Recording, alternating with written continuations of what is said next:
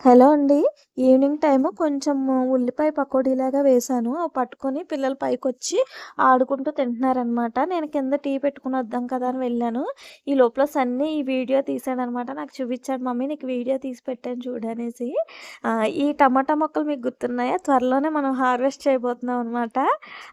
ఇవి ఎలా పడి విత్తనాలు మొలిచి చక్కగా టమాటాలు కూడా వచ్చినియి. ఇవేమో స్వీట్ లెమను. త్వరగా పండట్లేదు ఏంటో మరి.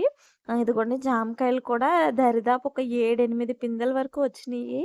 ఆహ్, ఇవేమో విరజాజంటు. విరజాజంటు కూడా మొగ్గలొచ్చినియి. బోలెడన్ని చిగుర్లు, మొగ్గలు అన్నీ వచ్చినియి. తొందరలోనే మన ఆహ్, టెర్రస్ గార్డెన్‌లో కూడా హార్వెస్ట్ చేయబోతున్నాం. ఇదేం పెద్దది కాదు కానీ నాకింకా వెయ్యాలని ఉంది కానీ కుదరట్లేదు. మీకు తెలుసా మా ఇంటి ముందు ఒకళ్ళు కొత్తగా వచ్చారనమాట.